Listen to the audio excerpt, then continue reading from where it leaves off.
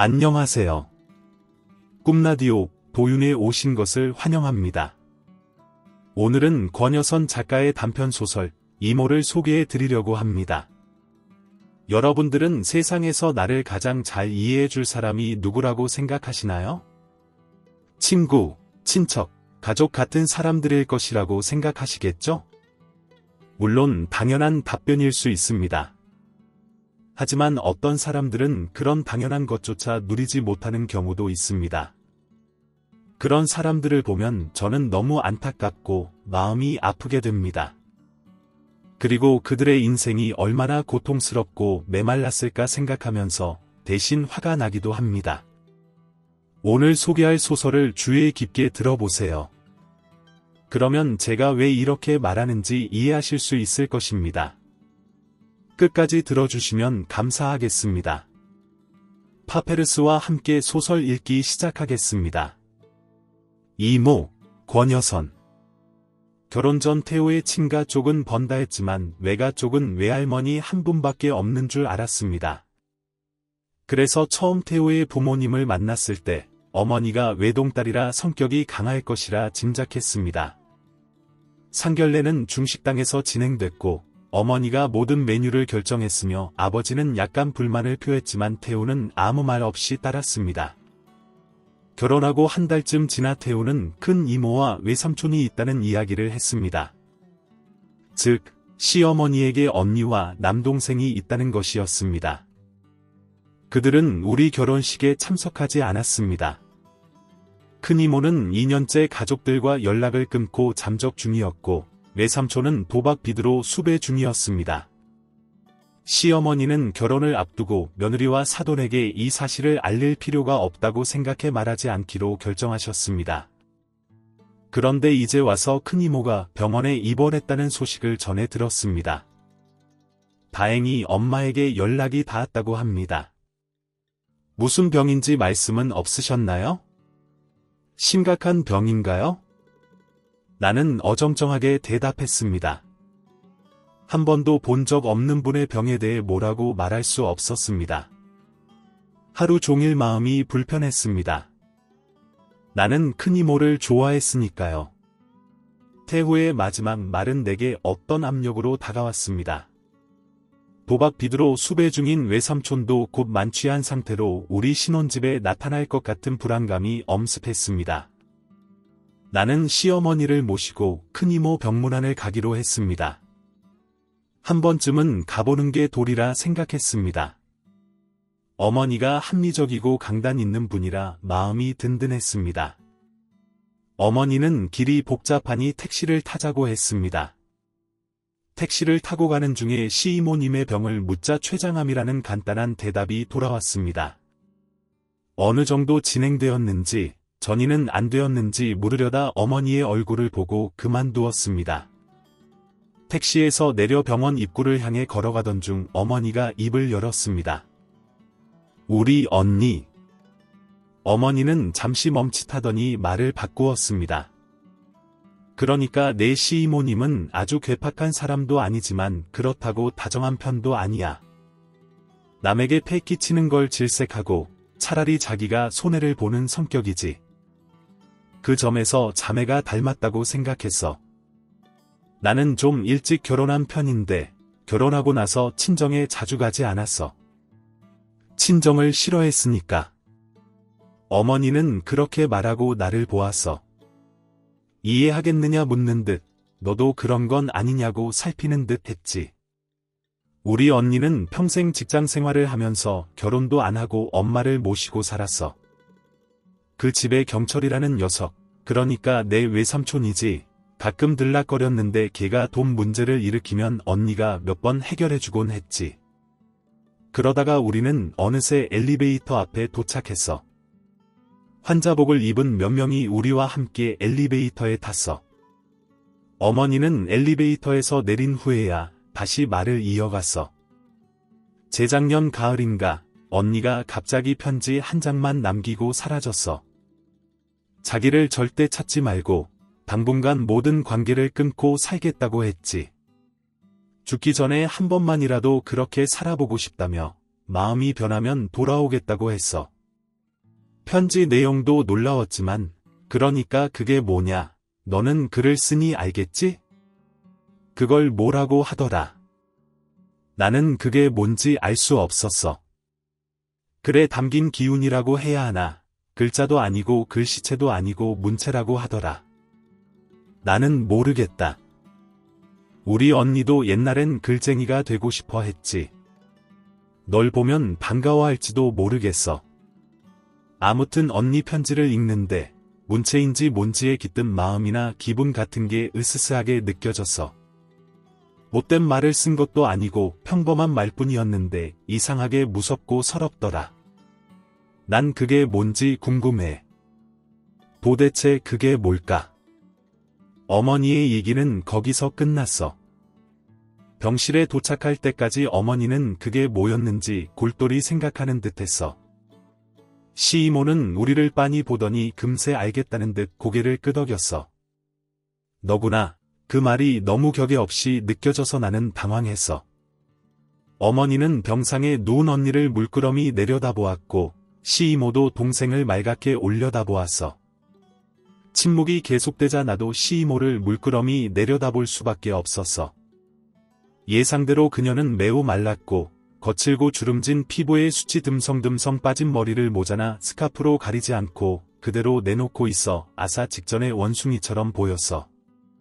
어머니와 2살 차이라는데 20살은 더 들어 보였지.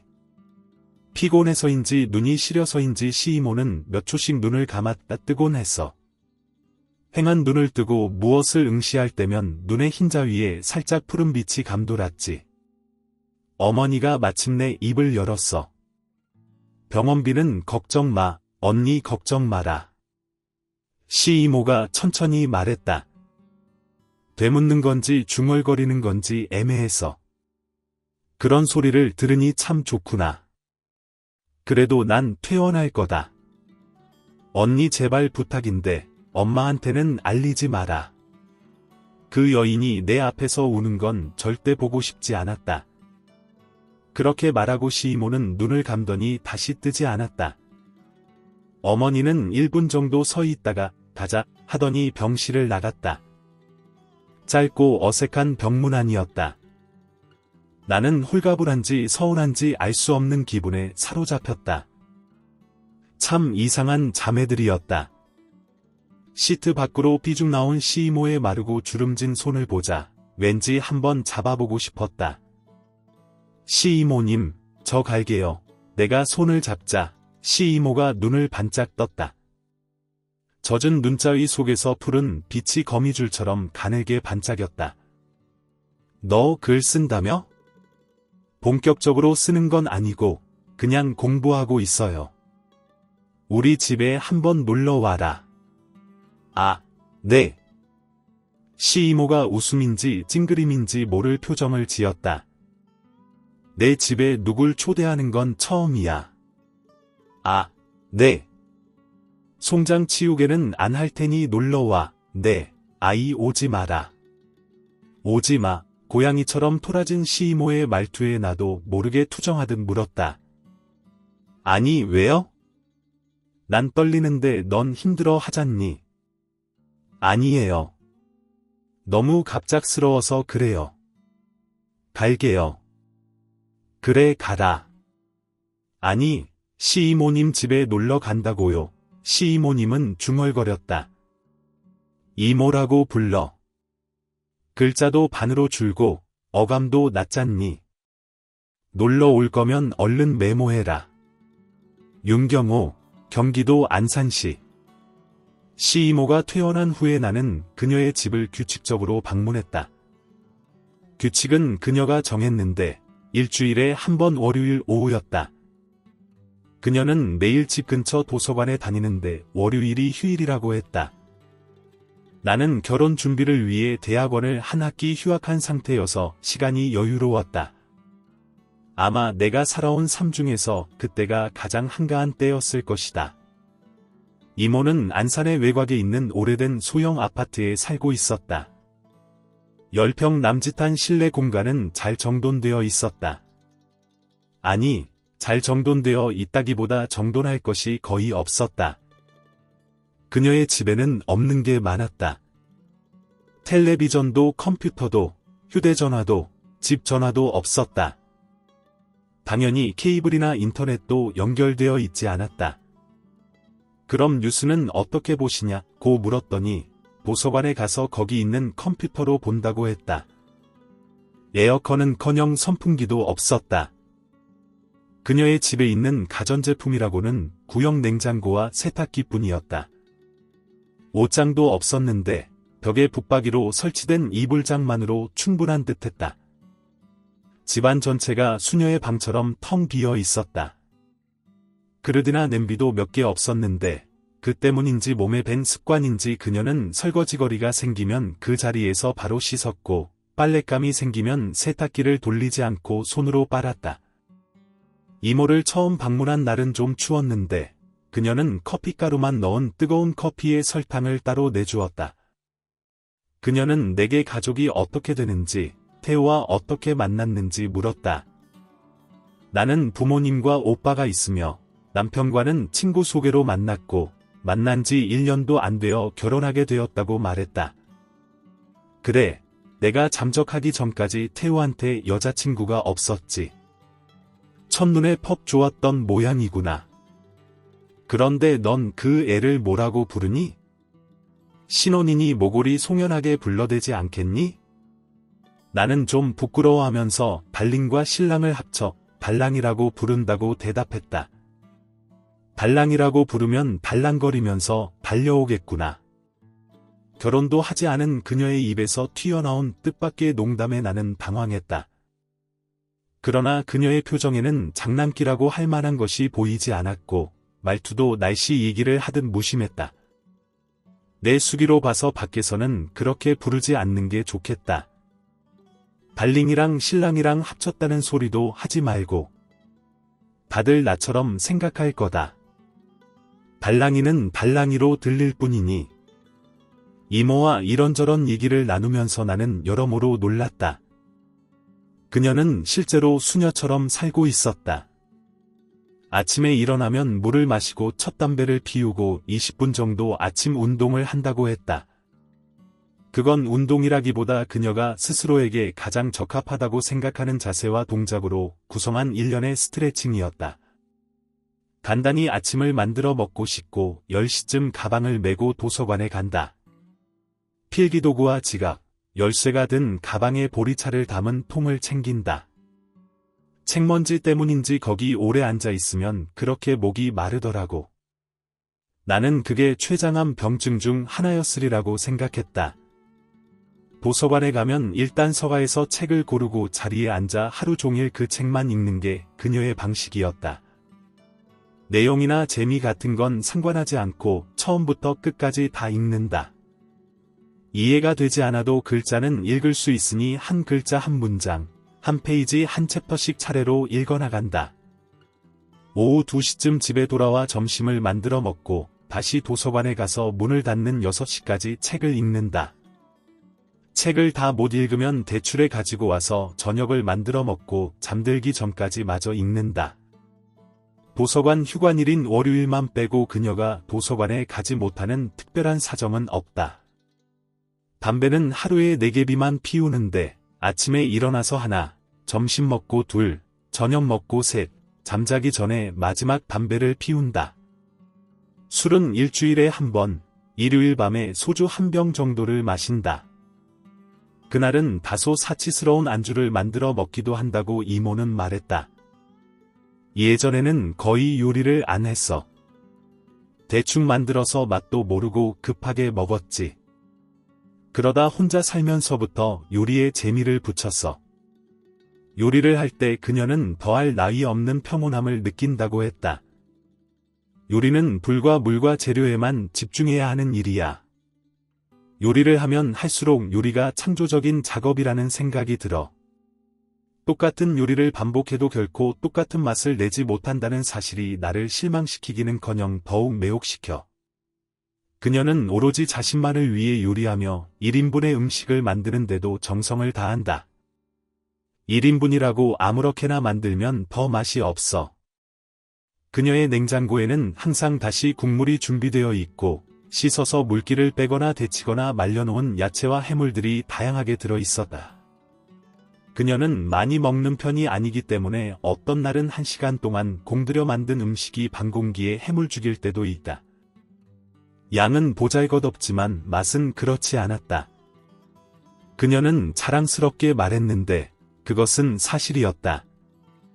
나는 그녀의 집에서 딱 한 번 저녁을 얻어먹은 적이 있는데 반찬은 조기조림과 시래기 된장국이었다. 비싼 조개가 아닐 텐데도 양념이 밴 살점은 달았고 시래기국은 깊고 고소한 맛이 났다. 조기도 시래기도 그녀가 제철에 무더기로 사다 손질해 말린 것들이라고 했다. 그러나 내가 무엇보다 깜짝 놀란 것은 그녀의 생활비였다. 언뜻 보기에도 검소한 살림이라고 느꼈지만 그녀는 한 달에 65만 원만 쓴다고 했다. 더 놀라운 것은 그중 30만 원은 월세로 나간다는 것이었다. 용돈도 아니고 한 달 생활비로 어떻게 35만 원만 쓸 수 있는지 나는 이해가 되지 않았다. 태우와 결혼해서 한 달을 살고 생활비가 얼마나 들었는지 따져보았는데 나는 어이가 없었다.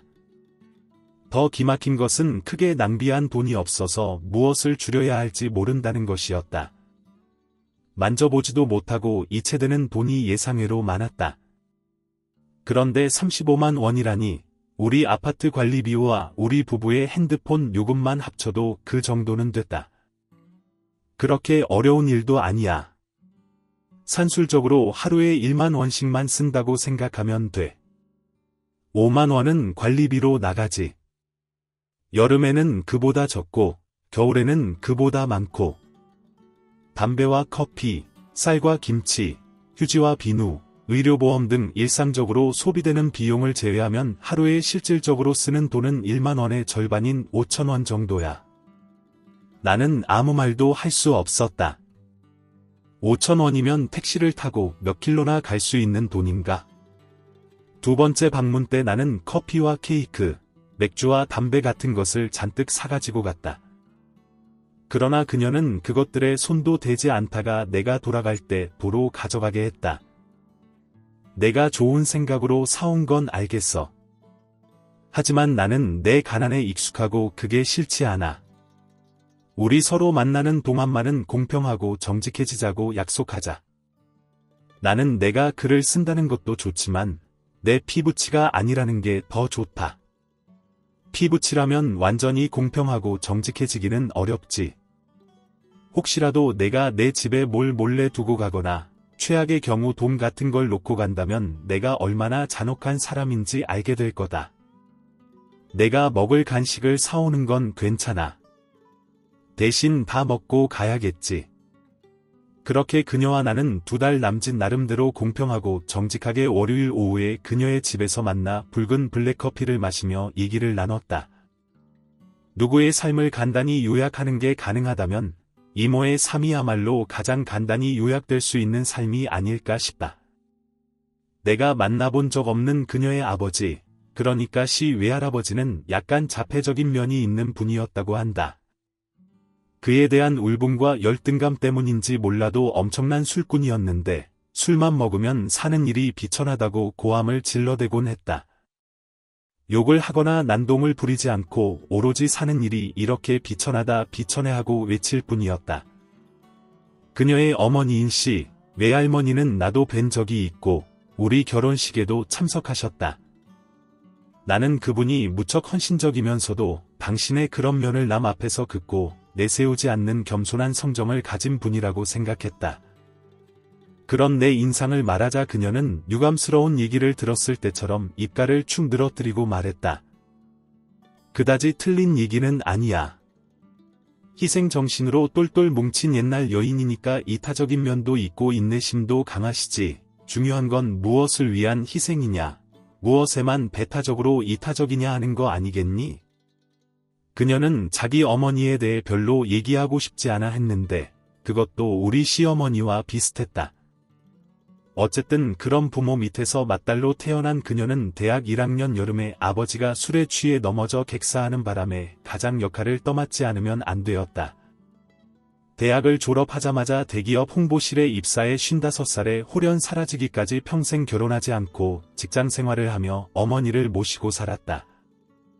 그리고 2년여간 잠적하여 혼자 살았고 췌장암에 걸려 석 달간 투병하다 죽었다. 이것이 남자 같은 이름을 가진 윤경호, 그녀의 삶이다. 물론 이모의 삶에도 적지 않은 우여곡절이 있었다. 그녀에게 직접 들은 건 아니지만 남편과 시어머니로부터 조각조각 들은 얘기를 종합하면 그녀는 대기업에 입사해서 4에서 5년 동안은 생활비와 동생들의 학비를 댔다. 동생들이 대학 공부를 마친 후에는 금전적인 지원을 중단했다. 그러나 남동생이 사업을 하다 부도를 내는 바람에 우리 시어머니는 그게 결코 부도가 아니라 도박 빚이 분명하다고 확신했는데 아무튼 그 빚 때문에 남동생이 감옥에 갈 판국이 되자 그녀는 그동안 모아두었던 돈과 회사를 퇴직하면서 받은 퇴직금을 모두 남동생의 빚 청산에 쏟아부었다. 그 후로는 몇 년마다 자리를 옮기면서 이런저런 출판사에 근무했다. 그러다 그녀의 어머니, 그러니까 내시 외할머니가 그녀 몰래 서류를 꾸며 남동생의 보증을 서도록 해놓는 바람에 그 빚에 휘말려 39살의 신용불량자가 되었다. 그때부터 비정규직으로 일하면서 빚을 다 갚는데 10년 가까이 걸렸다.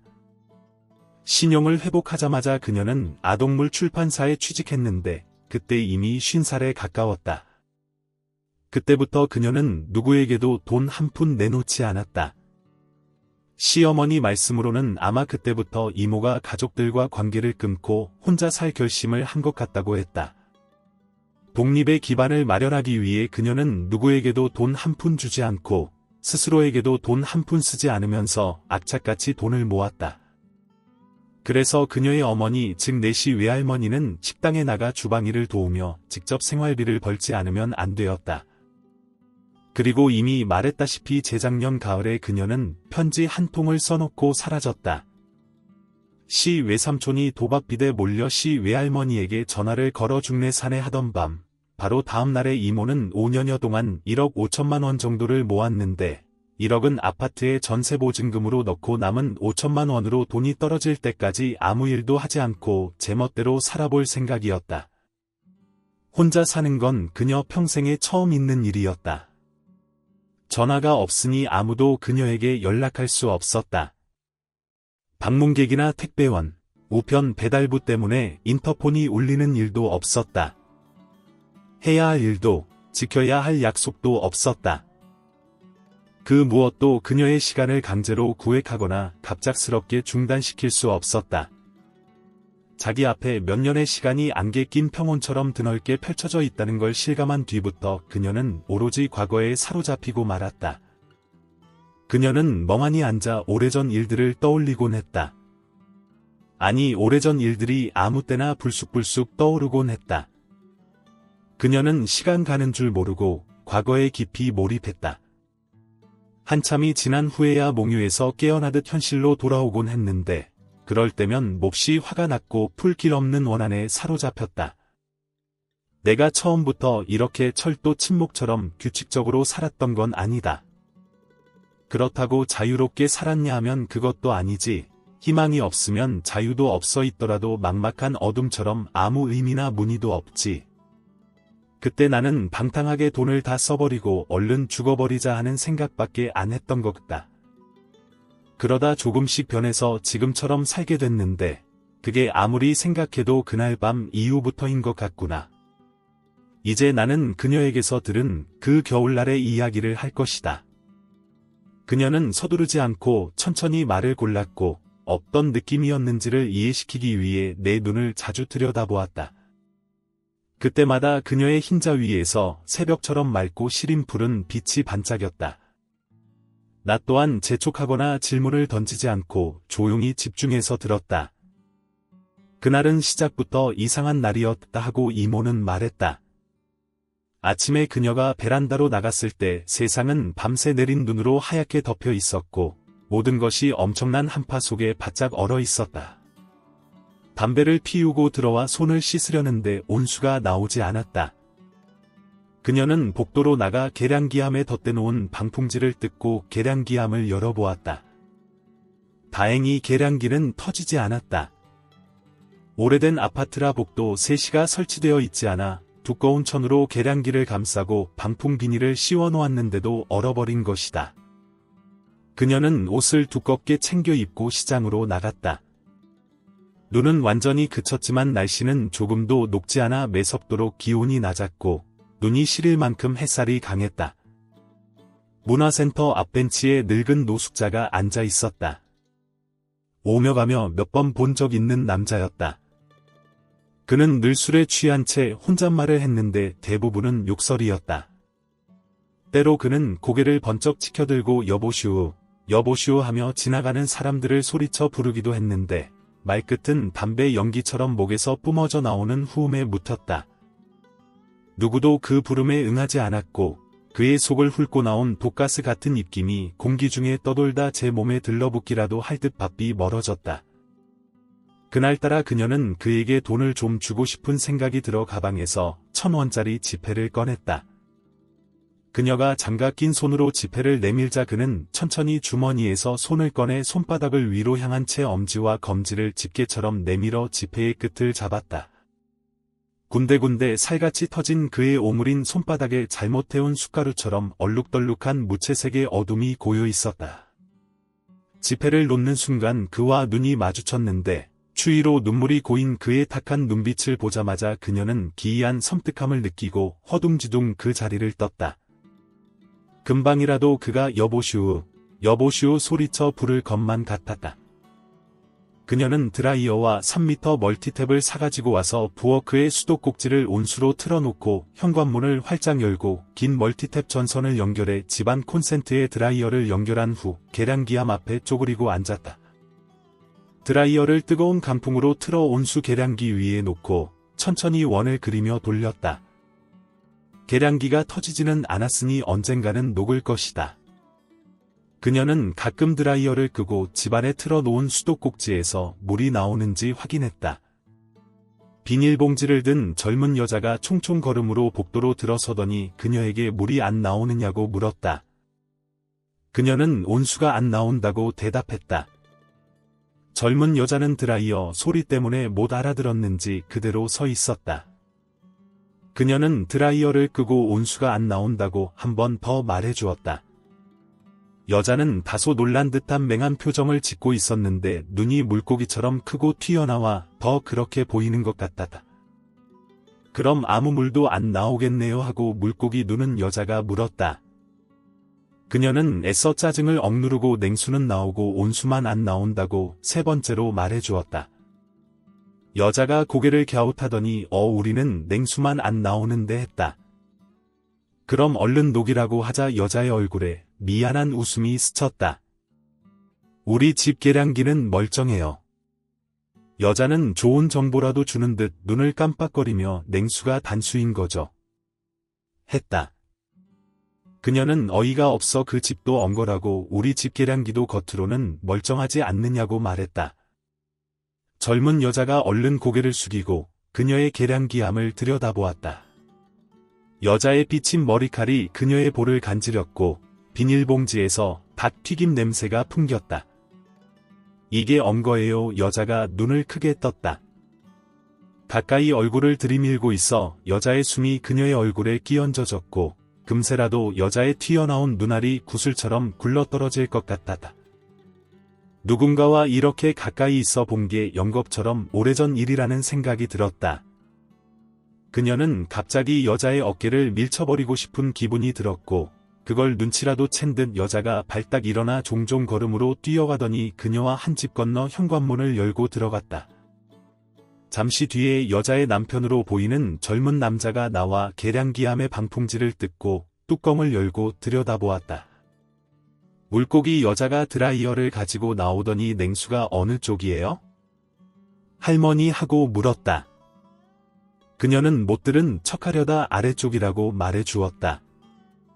물고기 여자는 집 안으로 들어갔고 굉음을 내는 드라이어를 들고 그녀는 위쪽 계량기를 건너뛴 남자는 아래쪽 계량기를 녹였다. 그녀는 가끔씩 드라이어를 끄고 부엌 쪽을 들여다보고 물소리를 확인했지만 건너집 남자는 드라이어를 빈번히 껐다 켰다 하며 집 안에 대고 나와 안 나와 소리를 질렀다. 20분 가까이 되어서야 그녀의 부엌 수도꼭지에서 물이 떨어지는 소리가 들렸다. 그녀는 천으로 계량기를 꼼꼼히 싸고 계량기함을 닫고 방풍지를 다시 붙였다. 문을 닫기 전에 힐끗 보니 남자는 드라이어를 계량기함에 꽂아둔 채 담배를 피우고 있었다. 남자가 혹시 고맙다는 인사를 할까 싶어 기다렸지만 남자는 의식적으로 피하는 동작을 취하며 등을 돌렸다. 다식은 닭튀김을 먹는 게 화가 났을 수도 있고 추워서 짜증이 난 걸 수도 있지만 그녀는 왠지 남자가 자기에게 화를 내고 있다는 생각을 떨칠 수 없었다. 어쩌면 남자는 돈이 들더라도 차라리 계량기가 터져 수도사업소 사람을 불러 교체하는 편을 원했을지도 모른다. 남자의 등허리를 노려보다 그녀는 오싹한 증오를 느끼고 집 안으로 들어왔다. 언제였을까? 그의 좌측방에서 과도로 참외를 깎아 쪽을 내고 참외씨를 미세하게 바르며 그의 등허리를 바라보았던 그 봄은 그녀의 인생에서 가장 아름다웠던 병아리 빛깔의 수채화 같던 그 봄날의 오후는 그리고 그녀는 현관 구석에 서서 고개를 숙이고 장갑 낀 양손을 번갈아 쥐었다 놓았다.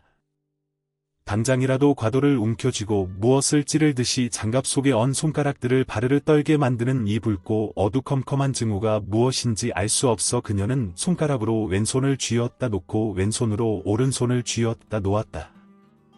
이모는 내가 그 등허리에 깊은 관심을 보이는 걸 알아차렸다. 그 사람은 장이 안 좋아서 참외씨를 먹으면 안 되는데 단 걸 좋아해서 참외속은 먹고 싶어 했지.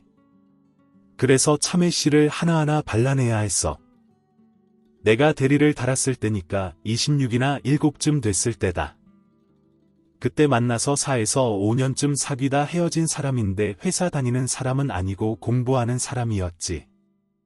나는 이모가 그 사람과 헤어진 시기가 외삼촌이 사업 빚인지 도박 빚인지 때문에 감옥에 갈 뻔한 때가 아니었을까 생각했다. 공부하는 사람이니 돈을 벌지 못했을 테고 이모가 모아놓은 돈도 모두 날아갔고 이모의 직장마저 불안정해졌으니 결혼은 요원해졌을 것이다. 병아리 빛깔의 수채화는 대개 그렇게 붉고 어두워져 서양처럼 사라지고 마는 것이다. 헤어지고 나서 그 사람을 딱 한 번 본 적이 있지. 우연히 무슨 행사장 입구 같은 데서 그 사람 옆에는 그때까지는 그의 아내가 아니었던 어리고 날씬한 여자애가 서 있었다. 그 당시만 해도 여자들이 브래지어 끈을 드러내는 일이 드물었는데 그 여자애는 보라색 브래지어 끈이 드러나는 검정 탱크탑의 와인 빛깔의 미니스커트를 입고 있었다. 여자애는 사람들과 어울리지 않고 혼자 겉돌았다. 나중에 흘끗 보니 아이들처럼 비상구 계단에서 팔짝팔짝 엇갈려 뛰기를 하고 있었는데 짧은 스커트 아래에서 허벅지가 엇갈릴 때마다 살짝 검정 팬티가 엿보였다. 다들 저 여자애는 대체 누구야 하는 시선으로 힐끔힐끔 쳐다보곤 했다. 그때 이미 그와 사귄다거나 결혼할 거라든가 전 남편과의 이혼이 문제가 되고 있다든가 하는 소문이 돌았다. 그녀는 그 여자의 행동이 사람들의 시선을 의식한 연기라는 걸 깨닫고 혐오를 느꼈지만 다른 모든 사람들과 마찬가지로 불가해한 행동을 하는 그 어린 이혼녀에게서 쉽사리 눈길을 돌릴 수 없었다. 그 후 그 사람과 그 여자애가 우여곡절 끝에 결혼했다는 얘기를 들었고 또 얼마 지나서는 누군가 그 사람 집에 놀러가서 그들 부부를 보고 아이들도 보고 집안 꼴도 보았는데 참 애가 애를 키우는 것 같다 걱정되더라는 말을 하는 것도 들었다. 그리고 또 한참 지나서 그녀는 지인의 싸이월드 미니 홈피에서 후배가 죽었다로 시작하는 글을 읽었다. 지인이 싸이월드에 올린 추모글에 따르면 교통사고가 났는데 운전하던 후배의 아내는 중상을 입고 옆자리에 있던 후배는 사망했다고 했다.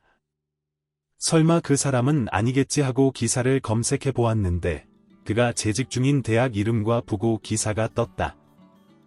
그런데 그때가 언제쯤이었는지는 아무리 생각해도 모르겠다고 이모는 말했다. 40이 훌쩍 넘었던 건 분명한데 46쯤이었는지 48쯤이었는지 아무튼 그녀보다 2살 많은 그 사람은 48이었는지 50이었는지 모를 나이에 죽었다. 그의 죽음을 알고 나서 그녀는 지인의 싸이월드를 통해 알게 된 그의 아내의 싸이월드에 들어가 그 여자가 쓴 글들을 모두 읽었다. 글을 잘 쓰지는 못했지만 많이 올리는 편이었고 여행을 자주 다니는지 사진도 많이 올렸다. 그러다 언제부턴가 그 여자가 페이스북으로 옮겨갔고 그녀도 덩달아 페이스북에 가입해 그들은 패친이 되기까지 했다. 이모가 그 여자의 페이스북을 마지막으로 확인한 건 잠적하기 1에서 2년 전이었다고 한다. 그 여자는 뜻밖에도 미국에서 살고 있었다. 그때가 선거철이었는지 그 여자가 재외국민 투표를 했고 한국인인 게 자랑스럽다는 글을 올려놓았는데 그때에도 그녀는 깊은 혐오를 느끼면서 그 여자가 쓴 글과 그 밑에 달린 158개의 의미 없는 댓글을 모조리 읽었다. 그걸 끝으로 그녀는 다시는 페이스북을 하지 않았다. 내가 이모 나이에 싸이월드와 페북을 했다는 사실에 놀라움을 나타내자 이모는 다소 오만한 표정을 지었다. 내가 태우랑 동갑이라니 하는 말인데 나는 태우가 4살 때 컴퓨터를 산 사람이다. 그땐 아래아 한글이 없어서 보석 글을 썼다. 너는 모르겠지만 하이텔린이 천리안이니 하는 통신을 시작한 게 3대 6쯤이었고 한때는 통신 중독에 게임 중독이기까지 했다. 블로그는 귀찮아서 하다 말았고 싸이월드 좀 하다가 트위터와 페북으로 갈아탔지. 사실 나는 가족들과 관계를 끊는 것보다 온라인 관계를 끊는 게 더 힘들 정도였다. 그건 주어진 게 아니라 내가 선택한 거였고 오로지 내가 쓴 글, 내가 보여준 이미지만으로 구성된 우주였으니까. 계량기 때문에 늦은 아침을 먹고 베란다에서 담배를 피우고 들어왔을 때 인터폰을 통해 위층집 벨소리가 울리고 있었다. 접속 불량인지 어떤 부주의 때문인지 가끔 위층 벨소리가 인터폰으로 들려온 적이 있는데 그날따라 벨소리는 그치지 않고 끊임없이 울렸다. 1시간 넘게 그 소리를 듣고 있다가 그녀는 직접 관리실로 찾아갔다. 관리실 당직자인 늙은 남자는 잠시 뒤에 기사를 보내 조치를 취할 테니 연락처를 남겨놓으라고 했다. 연락처가 없다고 하자 그러면 어떻게 미리 연락을 취하고 방문하겠느냐고 물었다. 그녀가 문제가 되는 집이 우리 집이 아니라 윗집이니 윗집을 방문하면 될 거라고 얘기하자 당직자는 고개를 설레설레 저으며 연락이 안 되면 아무것도 안 되는데 하는 소리만 반복했다. 그러면 집에 있을 테니 언제든 방문을 하라고 하자. 아무튼 알았다고 가서 일단 기다리라고 했다. 관리실에서 돌아온 지 30분이 넘어서야 중년과 노년의 기사 2명이 그녀의 집을 방문했고 그들은 원인 규명을 하겠다며 다짜고짜 집 안으로 들어왔다. 그들이 내가 혼자 산 이후로 우리 집에 쳐들어온 첫 번째 방문객이었지. 그녀가 우리 집 인터폰이 아니라 윗집 인터폰에 문제가 있다고 아무리 호소해도 그들은 대그 인터폰에도 문제가 있을 수 있다며 막무가내로 인터폰이 매달린 곳으로 달려가서 그렇게 하지 않아도 충분히 들리는 인터폰에 굳이 귀를 갖다 댔다. 진짜 벨 소리가 들리네. 들려. 윗집이 맞아요. 모르지? 아랫집일 수도 있어? 어디 내가 들어볼게요. 들어봐. 옆집일 수도 있겠는데요. 그럴까? 그들은 번갈아 인터폰에 귀를 갖다 대고 인터폰을 들었다 놓았다 하며 시간을 끌더니 잘 알았다고 윗집과 아랫집, 오른쪽 집과 왼쪽 집에 가서 직접 확인을 해봐야겠다며 위험이 있게 나갔다. 그러고 나서도 한참 동안 두 남자가 어느 집에서 인터폰을 수십 차례 반복하여 테스트하는지 알 수 없는 묘한 소리들이 인터폰으로 울리더니 결국은 원래 들리던 소리로 돌아왔다. 그들이 다시 찾아왔다. 노인이 아직도 벨 소리가 들리냐고 물었다. 그녀가 들린다고 하자 그들은 서슴없이 집 안으로 들어와 직접 소리를 확인했다. 윗집이네요. 윗집 맞아. 윗집이어서 둘은 서로 마주보고 고개를 끄덕였다. 그들은 아랫집과 좌우 옆집을 가보았으나 이상이 없다. 윗집에서 인터폰 소화기를 잘못 내려놓아 그런 게 틀림없다.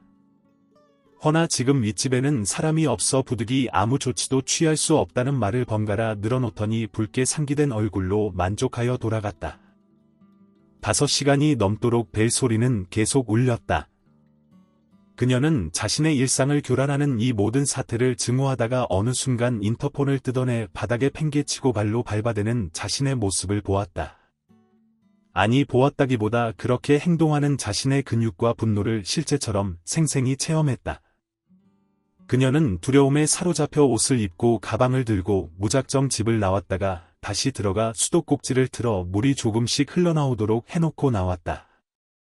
뒤에서는 여전히 벨소리가 울렸고 그녀는 윗집에 올라가 불을 지르고 싶은 충동을 억누르기 위해 사력을 다했다. 문화센터 앞 벤치는 비어 있었다. 그녀는 늙은 노숙자가 앉아있던 자리에 앉았다. 그러나 추워서 1분도 버티지 못하고 문화센터 건물로 들어갔다. 일요일이라 문화센터는 문을 닫았지만 1층 도서관은 열려 있었다. 도서관이라기보다 작은 열람실에 가까운 그곳은 따뜻하고 조용했다. 열람석은 반 이상 비어 있었다. 그녀는 서가에서 실용적인 철학서를 골라 자리를 잡고 앉아 읽기 시작했다. 역자의 서문을 읽고 작가의 서문을 읽었다. 시간은 묽은 죽처럼 흘러갔다. 그녀는 책을 읽고 또 읽었다. 어느 순간 시간이 흐름을 멈추고 서서히 엉기기 시작했다. 3장의 중간 부분을 읽고 있을 때 그녀는 응고된 시간이 점도를 높이면서 온몸을 조여오는 것을 느꼈다. 그런 느낌은 오래전의 일들을 생각나게 했는데 그것이 무엇인지는 알 수 없었다. 과거에서 불려나온 투명한 유충대의 습격을 받고 있는 느낌이었다. 그녀가 가장 견디지 못하는 게 바로 이런 느낌이었다. 특히 파렴치한 주체에게서 잘 드러난다라는 문장을 읽었을 때 그녀는 자리에서 벌떡 일어나 소리를 지를 뻔했다. 뭔가 행위를 해야 한다는 이대로 가만히 있어서는 안 된다는 조급한 생각이 들었다. 그러나 무슨 행위를 해야 할지 알 수 없었다. 그녀는 꼼짝도 못하고 진땀을 흘리다가 간신히 입술을 달싹거려 소리 없이 중얼거렸다. 여보쇼, 여보쇼. 그것은 뭔가를 달래주는 문장과도 같았다. 주문은 효과를 발휘했고 어느새 시간이 다시 흐르기 시작했다. 여보쇼우, 여보쇼우 어디선가 작은 음악 소리가 들려왔다. 그녀는 자신의 귀에서 울리는 환청인 줄 알았다. 그러나 음악 소리는 끊어지지 않고 조금씩 커졌다. 몇몇 사람들이 의자에서 일어나 가방을 챙기는 걸 보고서야 그녀는 그것이 도서관 폐관 시간을 알리는 소리라는 것을 알았다. 그녀는 다 읽지 못한 책을 들고 사서에게 가서 대출 신청을 했다. 사서가 회원카드를 달라고 했고 없다고 하자 회원카드가 없으면 대출을 할 수 없다고 했다. 사서는 20대 후반의 청년으로 머리가 크고 몸이 여유였고 말할 때 혀가 짧다는 느낌을 주었다. 회원카드를 어떻게 만드느냐고 묻자 오늘은 마감 시간이고 내일은 휴관일이니 모레 와서 만들라고 했다.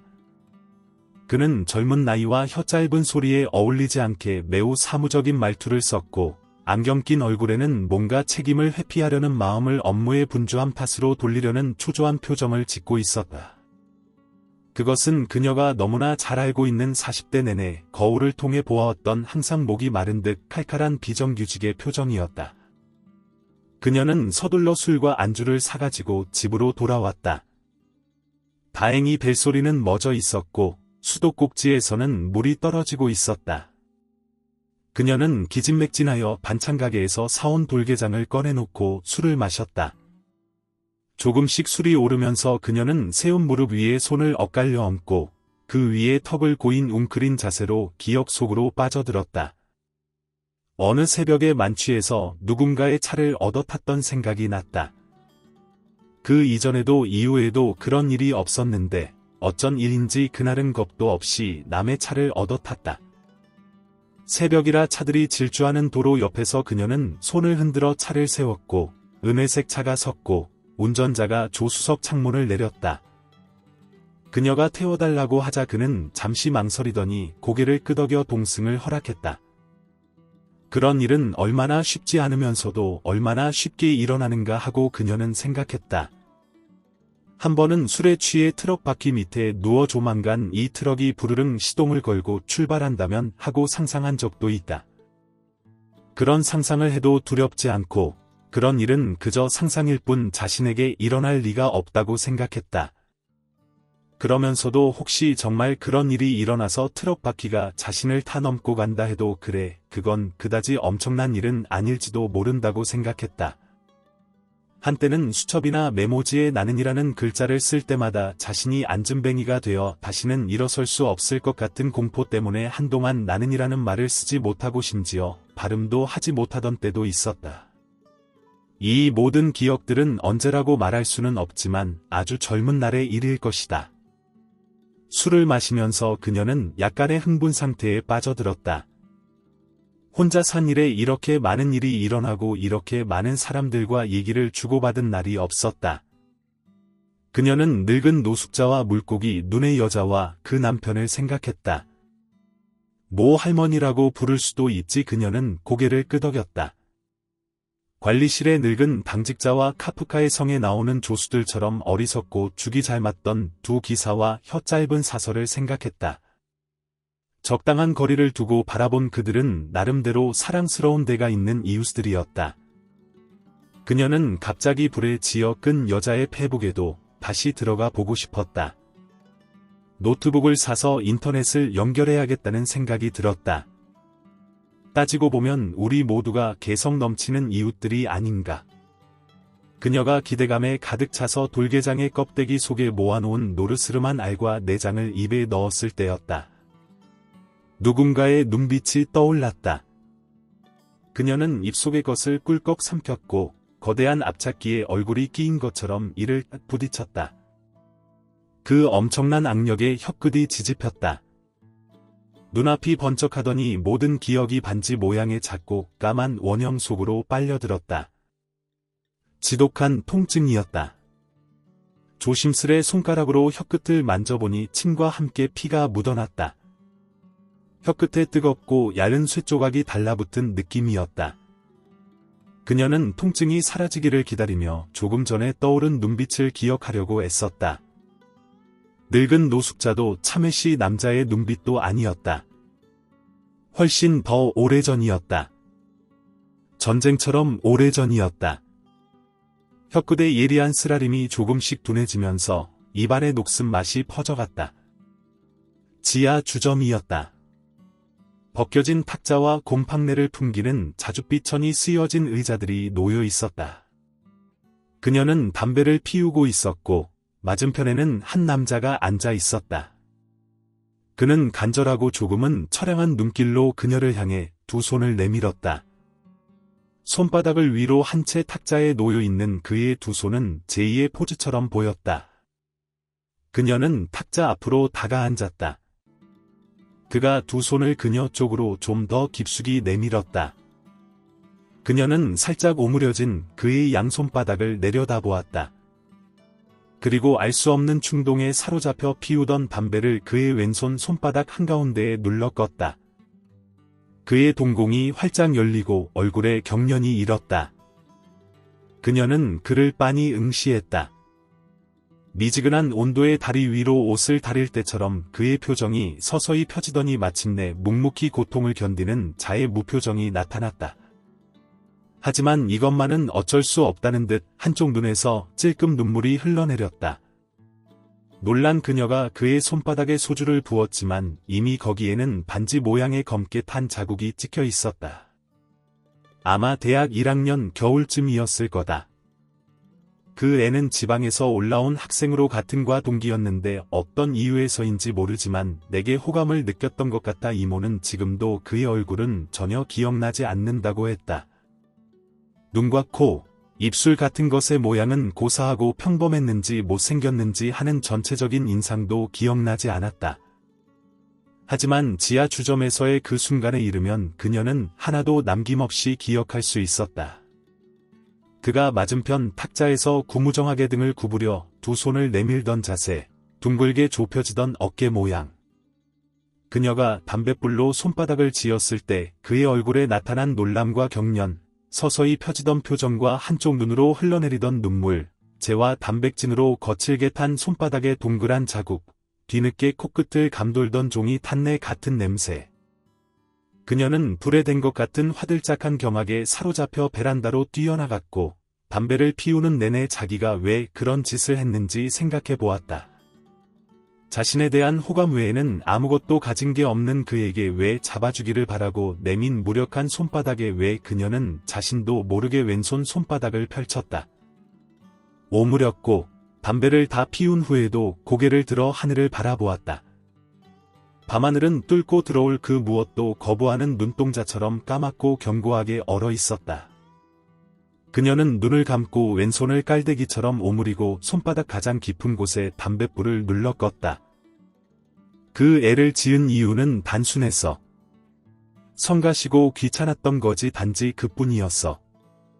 이모가 죽은 후 나는 그녀가 매일 다녔다는 문화센터 1층에 있는 도서관에 가보았다. 창가에는 일자형 밭처럼 컴퓨터 좌석이 6석 놓여 있고 그 뒤로 4인용 책상 4개와 16개의 의자들이 있고 벽을 따라 디귿자 형태의 개가식 서가가 있었다. 컴퓨터를 이용하는 사람이 셋, 열람석에 앉아있는 사람이 7 정도 되었는데 노인도 있고 컴퓨터 앞에서 놀고 있는 초등학생도 있어 마치 주민 쉼터 같았다. 나는 이모가 항상 앉곤 했다는 열람실 중앙의 사각기둥 옆자리에 앉고 싶었지만 거기에는 이미 머리가 길고 몸집이 비대한 20대 중반의 아가씨가 앉아 있었다. 나는 아가씨와 한 자리 건너 창문이 바라다 보이는 곳에 앉았다.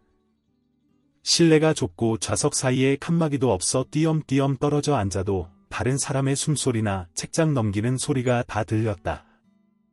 나는 노트북을 꺼내놓고 뭔가 써보려다 그만두고 멍하니 창밖을 바라보았다. 2월이라 밖은 황량했다. 이모는 황량한 2월을 이곳에서 2번 보냈으리라.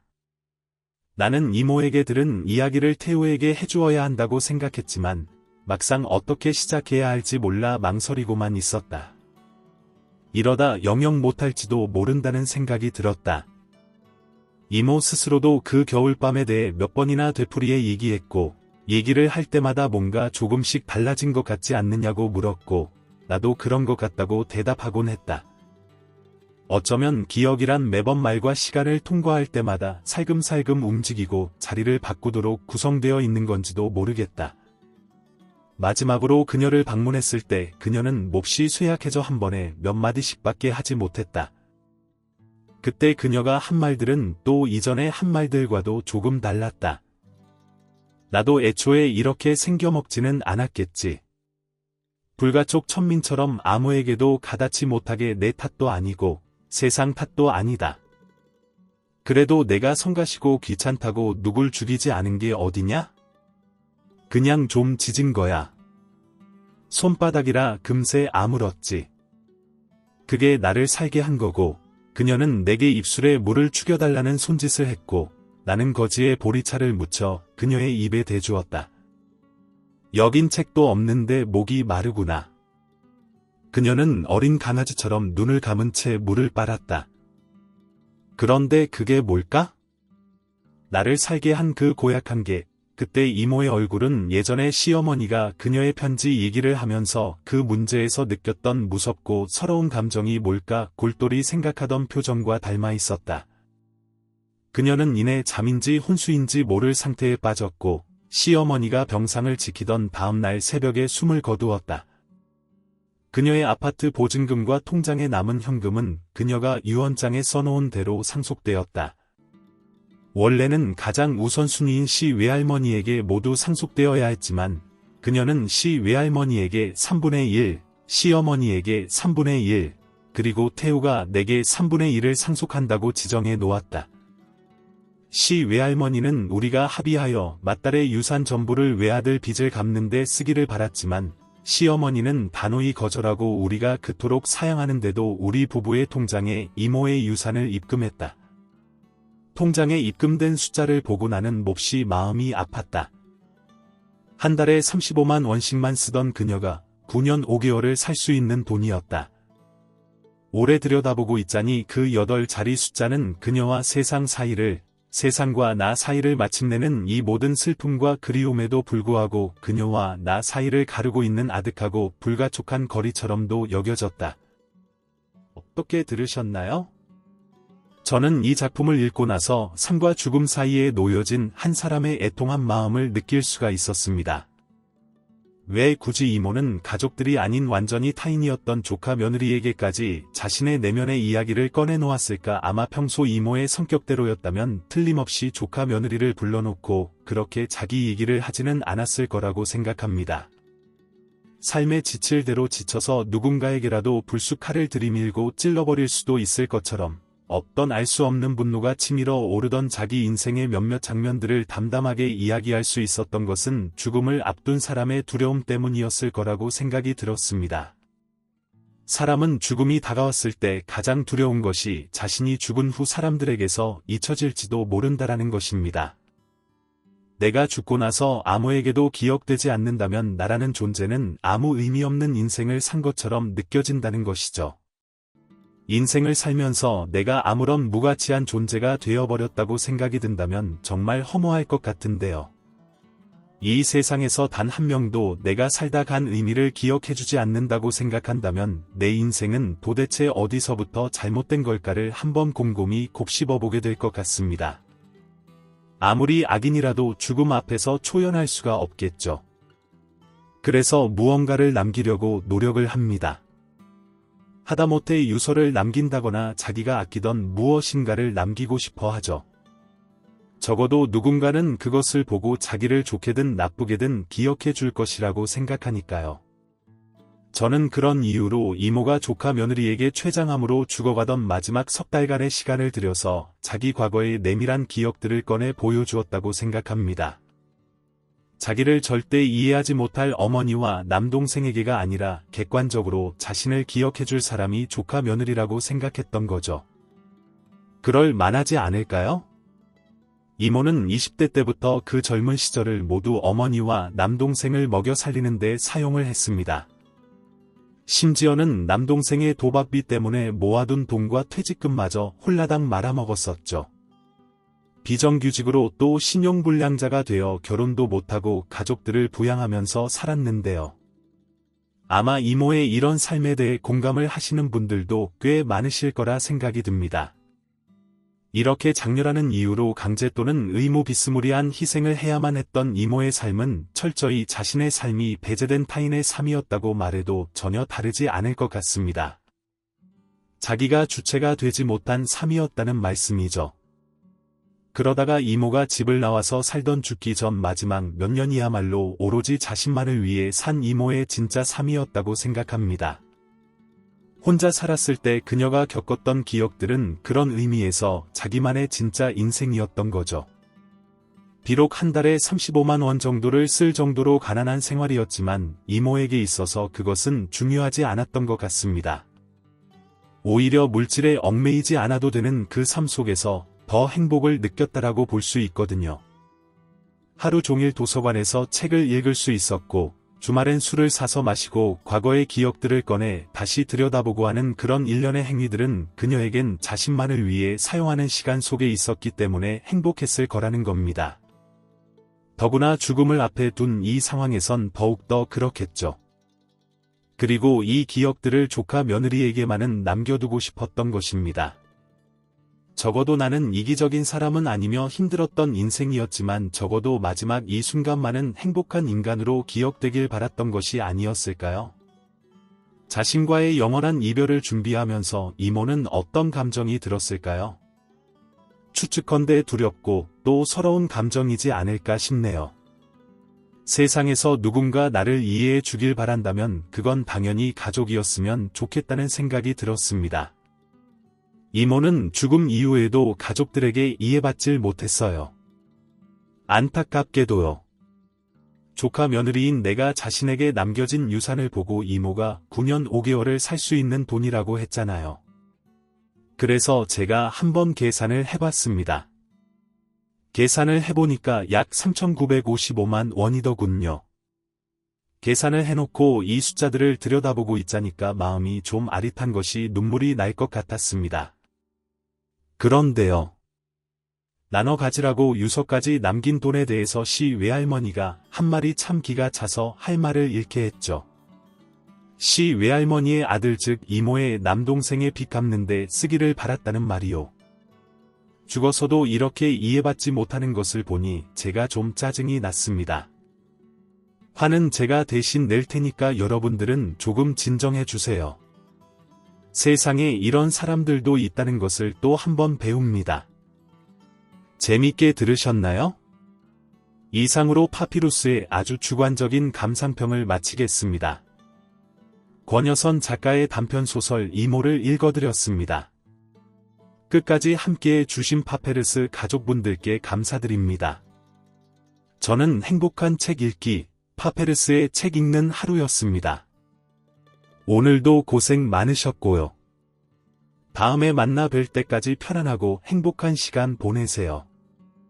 다음에 또 봬요.